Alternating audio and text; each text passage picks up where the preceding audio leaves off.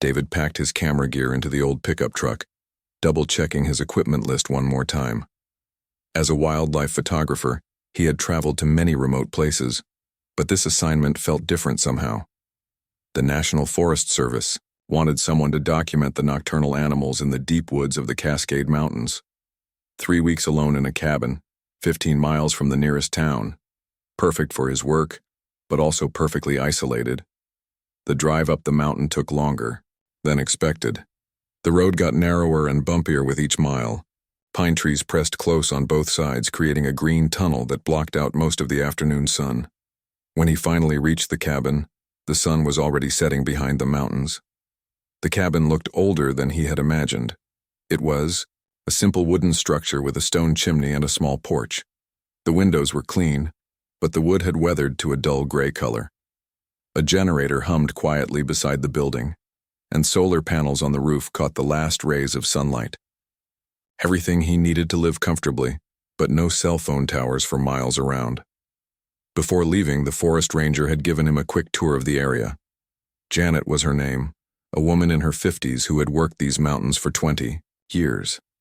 She showed him where to find water, how to work the generator, and which trails were safe to walk at night.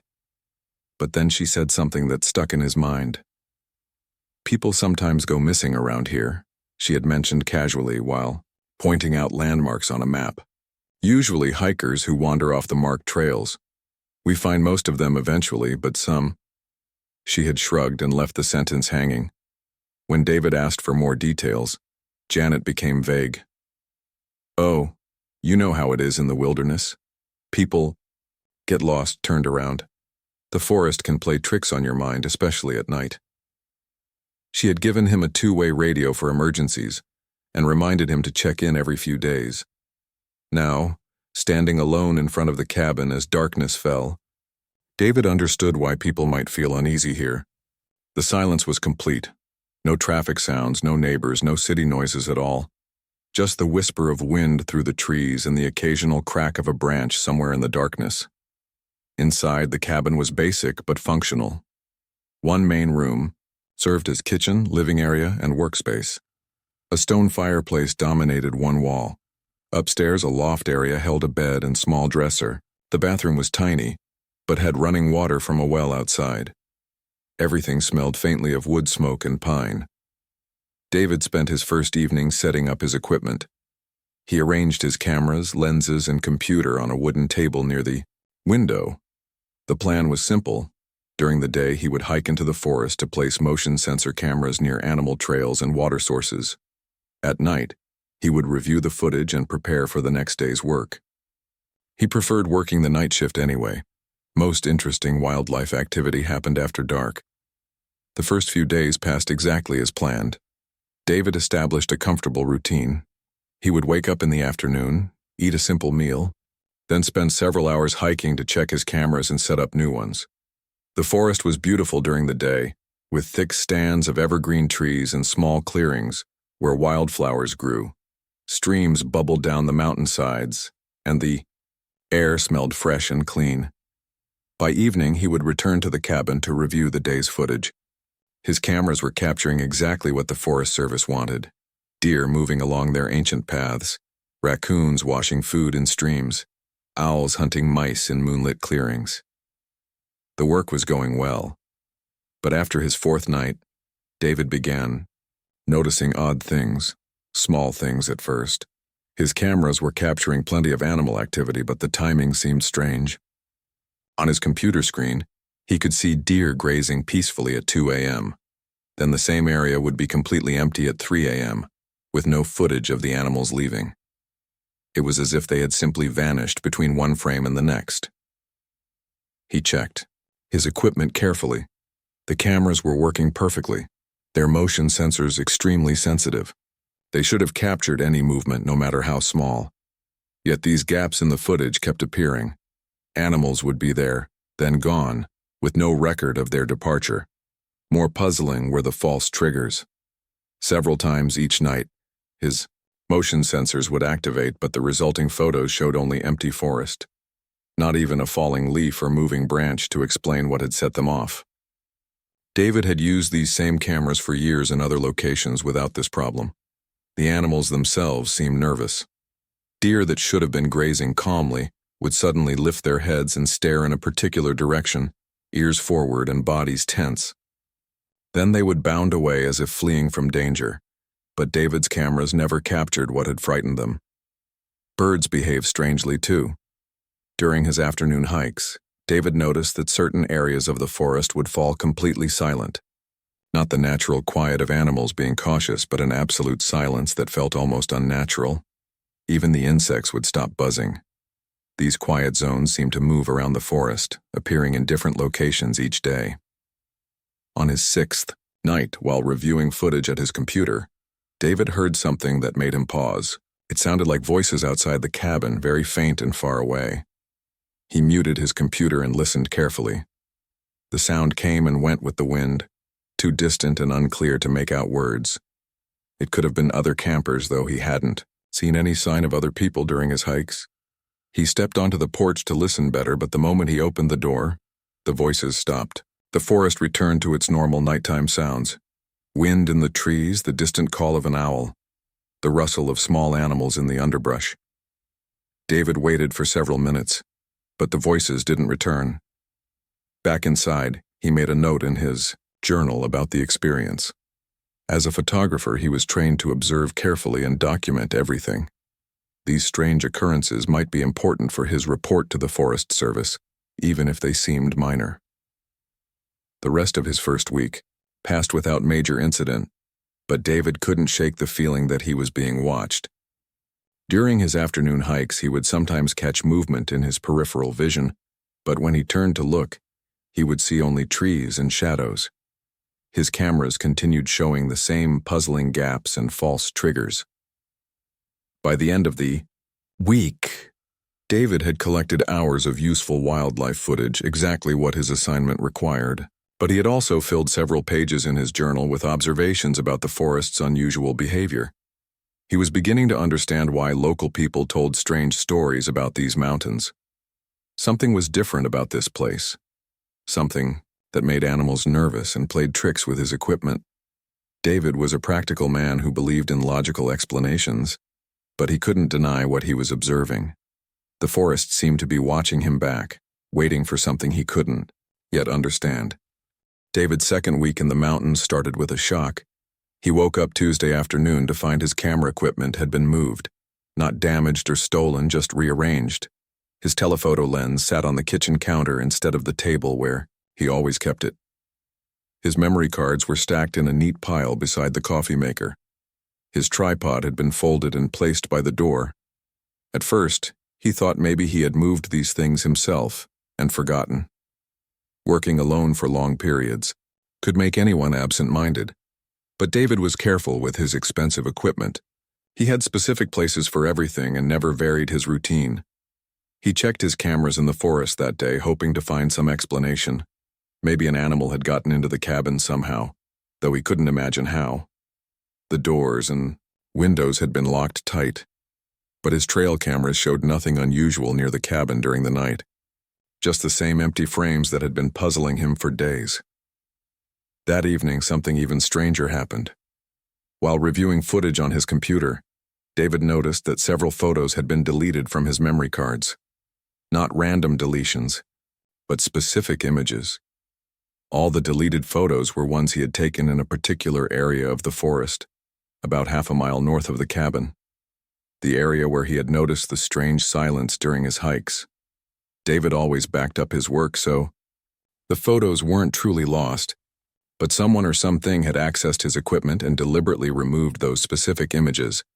The thought made him uncomfortable. He double-checked all the doors and windows before going to bed that night. Wednesday brought new mysteries. David woke to find strange marks on the cabin windows.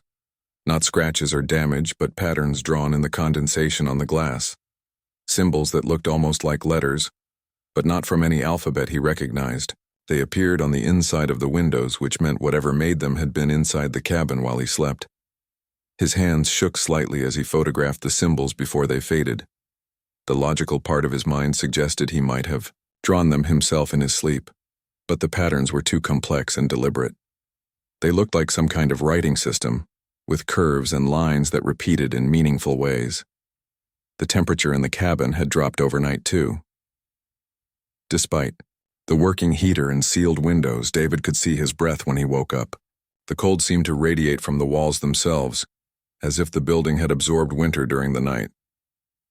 Thursday night, David decided to stay awake and watch.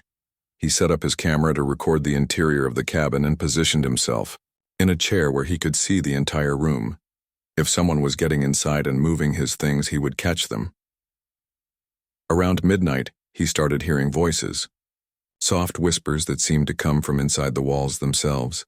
The sounds were too muffled to understand, but they had the rhythm of conversation.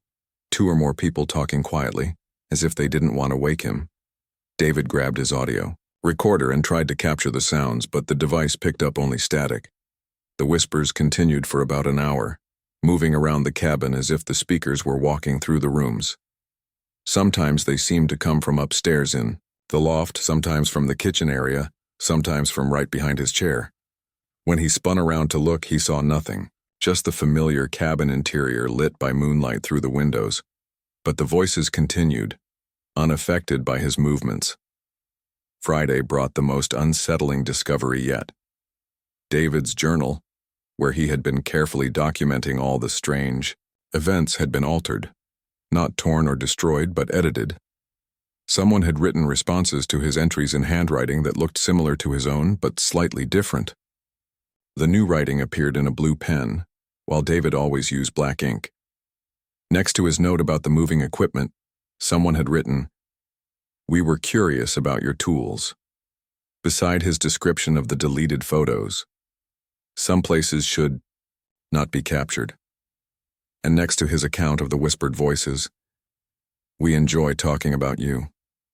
David stared at the journal for a long time, his heart beating fast. The responses were written in English, with perfect grammar and spelling. Whatever was happening here involved intelligence, not just random supernatural activity. That evening, he saw her for the first time. David was checking one of his cameras near the tree line when movement caught his eye. A figure stood among the pine trees about 50 yards away, perfectly still and watching him. She appeared to be a woman, but something about her proportions seemed wrong.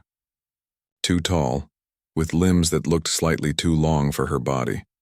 Her skin was pale, almost white in the moonlight, and her hair hung straight down past her shoulders. She wore what looked like a simple dress that moved gently in the breeze. David slowly reached for his camera, trying not to make sudden movements. This could be the breakthrough he needed, evidence of whoever was responsible for the strange events in his cabin. But the moment he raised the camera, the device malfunctioned. The screen flickered and went black. The battery indicator, which had shown full power seconds before, now displayed completely empty. When he looked up again, the figure had vanished. He searched the area thoroughly with his flashlight but found no trace of footprints or disturbed vegetation. It was as if she had never been there at all. Back at the cabin, David tried to restart his camera, but it remained dead. The same camera that had been working perfectly all day now refused to turn on, no matter what he tried. He made detailed notes about the encounter in his journal, describing every detail he could remember. The figure had seemed to be observing him with the same careful attention he used to study wildlife.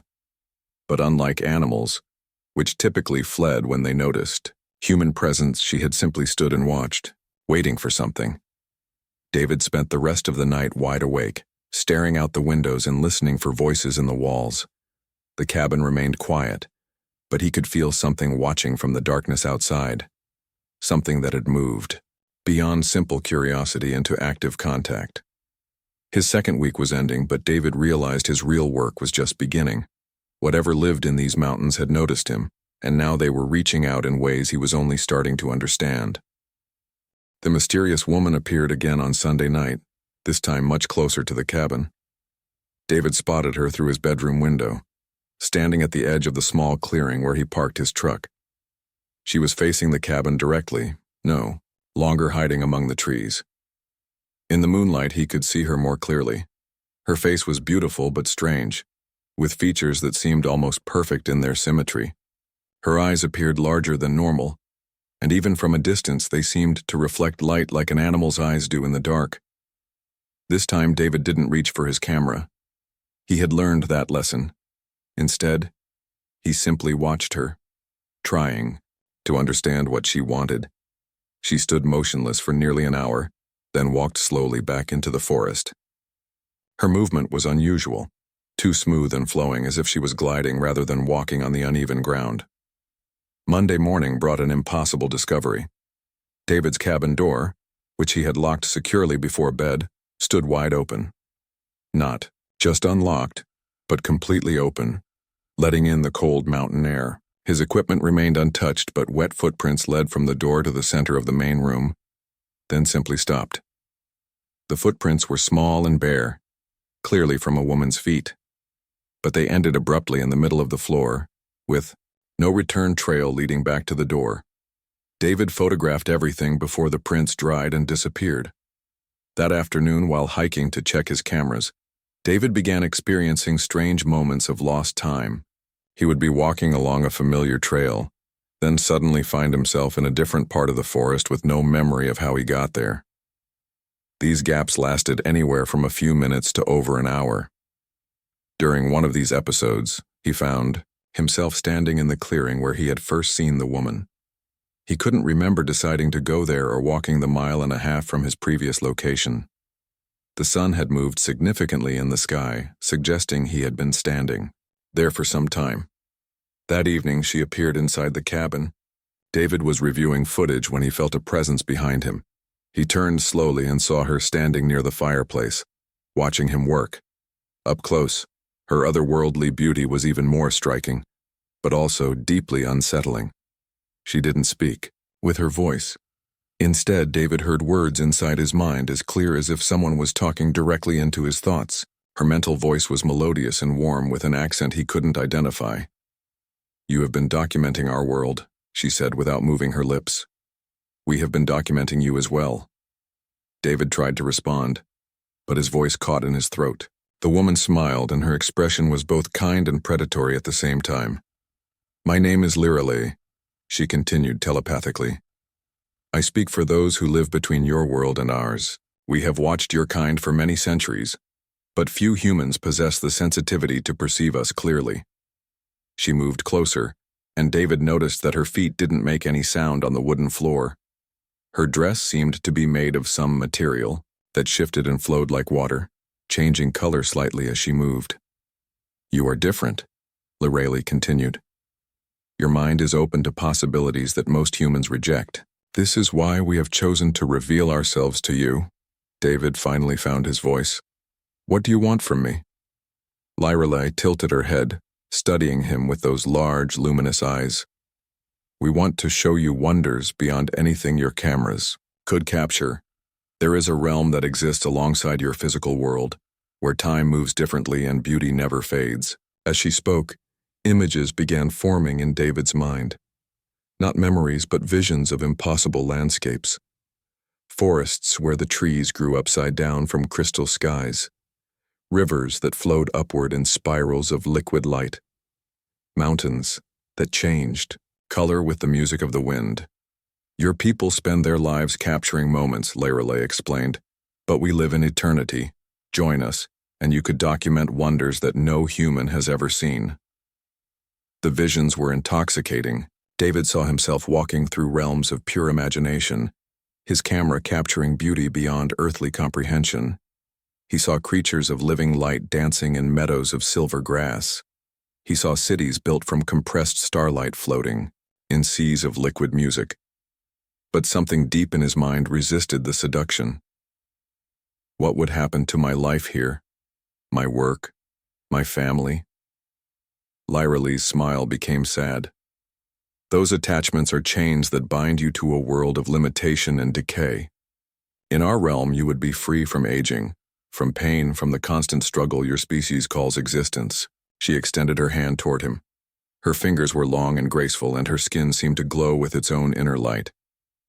"Touch my hand, and I will show you the first gateway. You need only be willing to see." David stared at her outstretched hand, feeling an overwhelming urge to accept her offer. The logical part of his mind screamed warnings, but her presence was intoxicating. She radiated a peace and beauty that made his ordinary world seem gray and lifeless by comparison. Just before their fingers touched, a loud crack from the fireplace broke the spell. David blinked and found himself alone in the cabin. Lyrelei had vanished as suddenly as she had appeared, leaving only the faint scent of flowers that didn't grow in these mountains. David sat in his chair for hours, replaying the encounter in his mind. The visions she had shown him remained vivid and compelling. Part of him wanted desperately to see her again, to experience more of the impossible beauty she promised. But another part of him remembered the missing hikers the forest ranger had mentioned, the people who had wandered off marked trails and were never found. Had they been offered the same choice? Had they accepted Lyrelei's invitation to join her realm? That night, David didn't sleep. He sat by his computer, trying to make sense of what was happening to him. His journal entries from the past few days read like the ravings of someone losing their grip on reality. But the encounters felt more real than anything he had ever experienced. Around dawn, exhaustion finally overtook him. As he drifted off, in his chair, David thought he heard Lyrelei's voice whispering in his mind. "We will speak again soon, David. The choice will remain yours, but time moves differently for us. We can be very patient." When he woke hours later, David found that more time had passed than seemed possible. According to his watch and computer, he had slept for 12 hours, but it felt like minutes. The sun was setting again, beginning another night in the mountains, another night when Lyrelei might return with more visions of otherworldly beauty and eternal life beyond human imagination. David's 18th night in the mountains started like any other. He finished reviewing his camera footage around midnight, made his usual notes in his journal, and prepared for bed. But something felt different in the air. The cabin seemed unusually quiet, as if even the wind outside had stopped breathing. He climbed the narrow stairs to his loft bedroom, brushing his teeth and changing into comfortable clothes for sleep.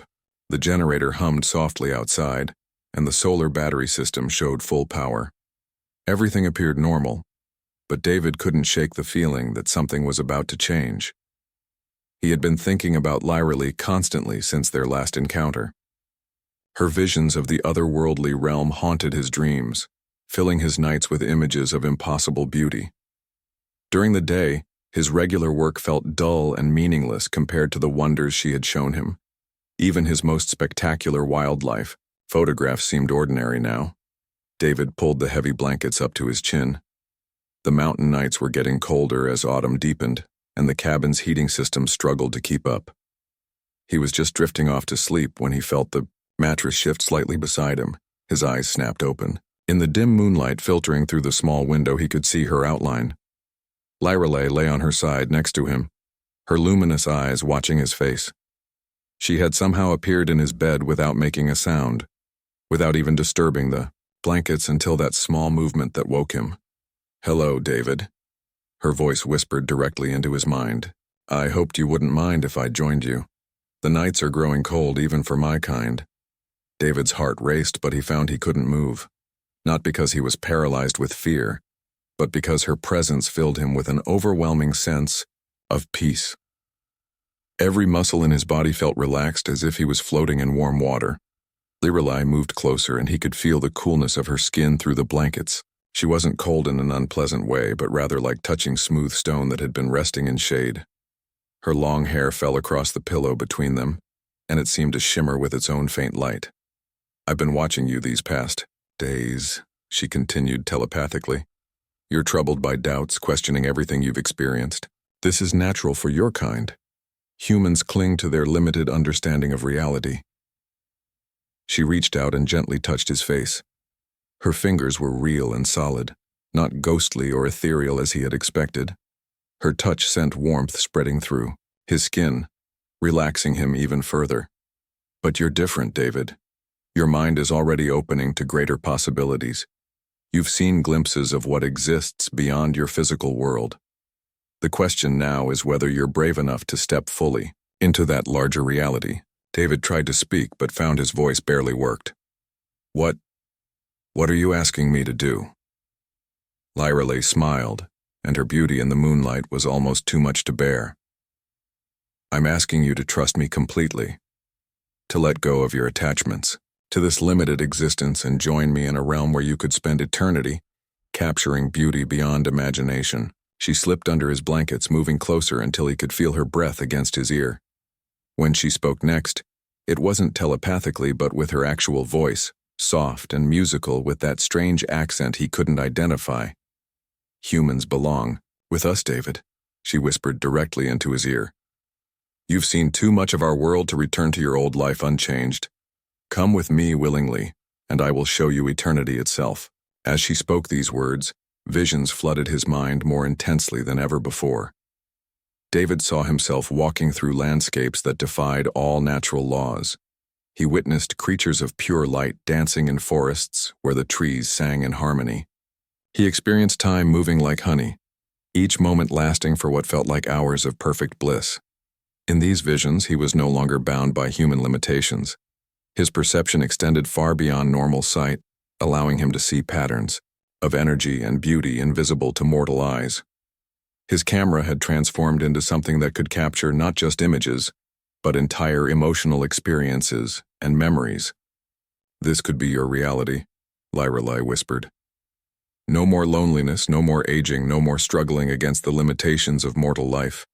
In my realm, you would be honored as a chronicler of wonders, documenting beauty that changes and grows for all eternity. The offer was intoxicating beyond anything David had ever imagined. Every fiber of his being wanted to accept, to let go of his earthly concerns and disappear into her world of endless wonder and beauty. But somewhere deep in his mind, a small voice of caution remained.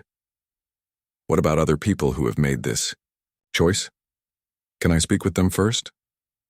Lyra's expression flickered slightly, the first time he had seen any uncertainty in her perfect composure. Of course, I can show you those who have joined us. Suddenly, David's mind filled with images of people in Lyra's realm. Men and women of various ages, all radiantly beautiful and seemingly at peace. They moved through the impossible landscapes with grace and joy, their faces serene and content. But when David tried to focus on their eyes, something disturbing became apparent. While their faces showed happiness, their eyes seemed empty, as if they were looking through him rather than at him. They responded to his presence with smiles and nods, but there was something missing in their expressions, some essential spark that had been extinguished. They seem different, David said, carefully. They have transcended human concerns, Lyra explained, but her mental voice carried a slight edge now. Earthly attachments and worries no longer burden them. They have found perfect peace. David studied the vision more carefully. The people did seem peaceful, but it was the peace of deep sleep rather than joyful awakening. They moved like beautiful sleepwalkers, going through motions without true awareness or individuality. What happens to their memories, their personalities, the things that made them unique? Lyra's touch on his face became firmer, more insistent. Those things are preserved in a purer form, freed from the pain and confusion that plague mortal minds. You would still be yourself, David, just elevated to a higher state of existence. But David was beginning to understand that this wasn't entirely true. The people in her visions looked peaceful, but they also looked hollow, as if something essential had been drained away along with their human struggles and imperfections. The realization came slowly, cutting through the intoxicating spell of her presence. This wasn't an invitation to join a paradise. It was an offer to surrender his humanity entirely, to become something beautiful, but fundamentally empty. I need time to think about this, David said, his voice growing stronger. Lyra's perfect features hardened slightly. Time is a human illusion, David. This offer may not remain open indefinitely. My patience, while great, is not infinite. For the first time since meeting her, David felt genuinely afraid. Not of Lyra herself, but of how close he had come to accepting her offer without truly understanding what it meant. The peace she promised came at the cost of everything that made him who he was. David woke up the next morning with a clear understanding of his situation.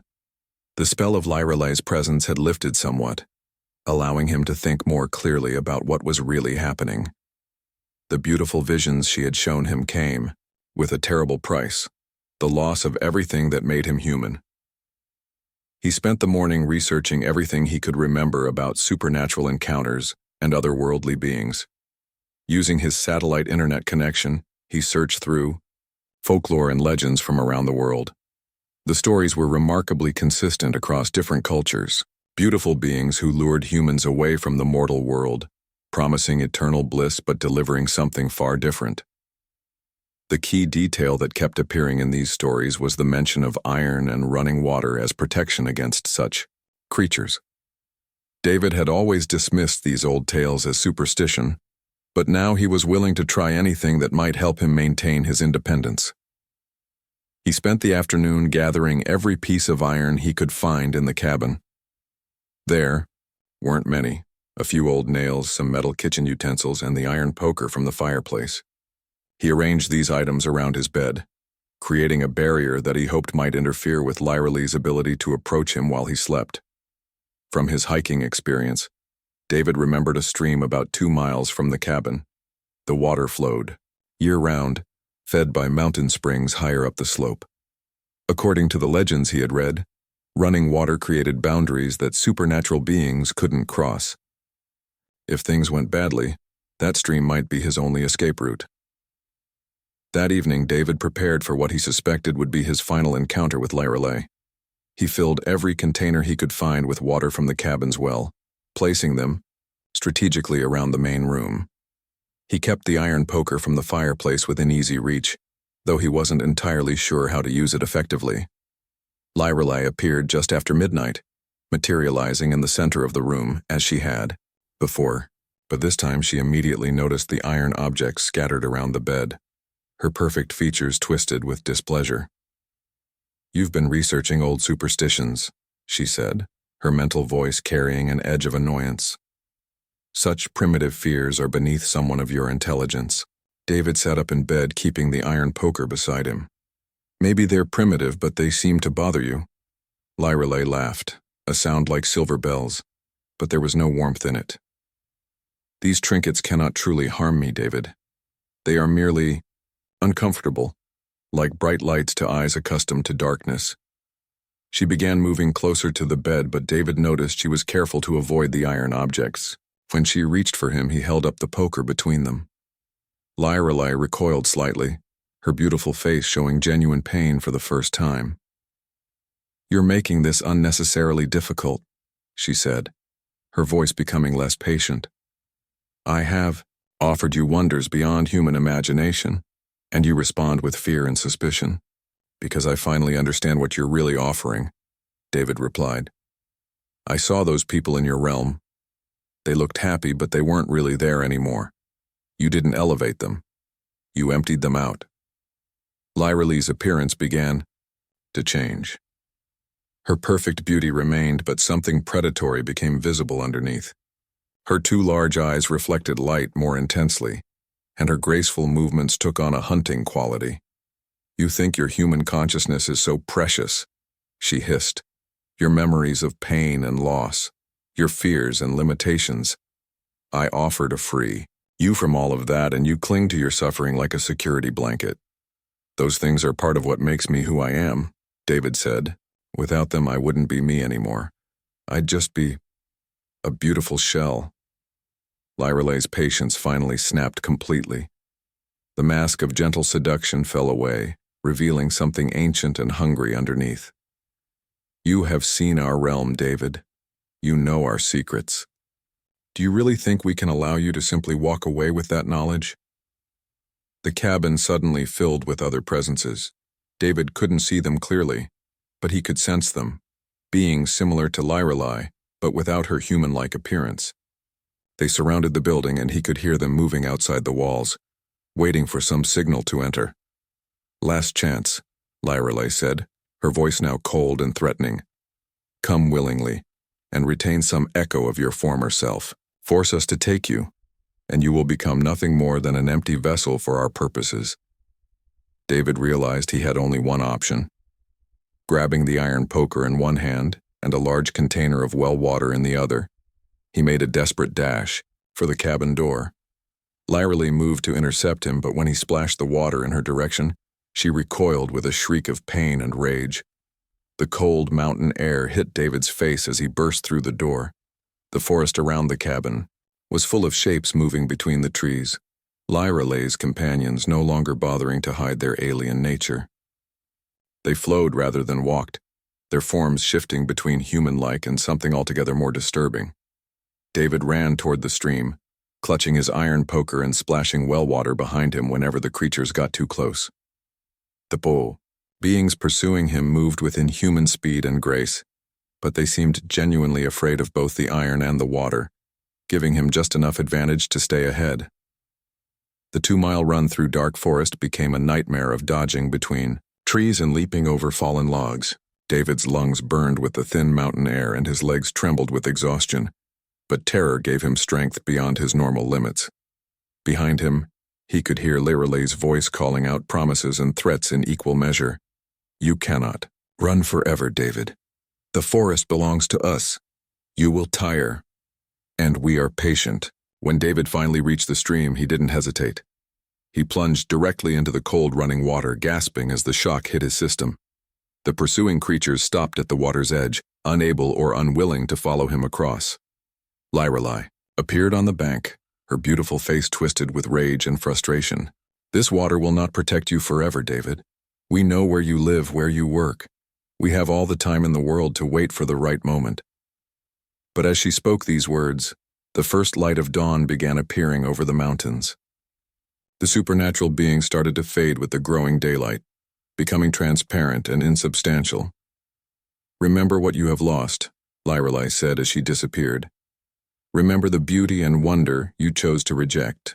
That knowledge will poison every ordinary day of your remaining life. David stayed in the stream until full sunrise, then made his way carefully back toward the cabin. But before he could reach it, he heard the sound of vehicles approaching. A search and rescue team led by Forest Ranger Janet found him stumbling through the woods in his pajamas, clutching an iron poker and mumbling about supernatural creatures. Thank goodness, Janet said as the paramedics checked him over. When you missed your scheduled check-in 3 days in a row, we got worried. You've been missing for over 2 months, David. Your assignment was supposed to end 6 weeks ago. David stared at her in shock. According to his memory, he had been in the mountains for exactly 18 days, but his watch, his phone, even his own physical condition told a different story. His beard had grown much longer than 18 days would account for. His supplies had dwindled far more than they should have. Time had moved differently while he was under Lyra's influence, just as she had promised. But instead of the blissful eternity she had offered, he had lost weeks of his life without even realizing it. The rescue team took him to the local hospital for evaluation. David tried to explain what had happened, but his story sounded like the ravings of someone who had spent too much time alone in the wilderness. The doctors attributed his experiences to isolation, stress, and possible mild hypothermia affecting his judgment. His camera equipment was recovered from the cabin, but all the footage from his final weeks showed only empty forest. No evidence of his supernatural encounters remained except his own memories and the journal entries that read like fiction. David never returned to wildlife photography. The ordinary world seemed gray and lifeless compared to the impossible beauty Lyra had shown him, just as she had predicted. But he had chosen to keep his humanity, even if it meant living with the knowledge of wonders he could never capture or share. Sometimes, on cold nights, he still heard her voice whispering promises of eternal beauty and freedom from mortal limitations. And sometimes, just for a moment, he wondered if he had made the right choice.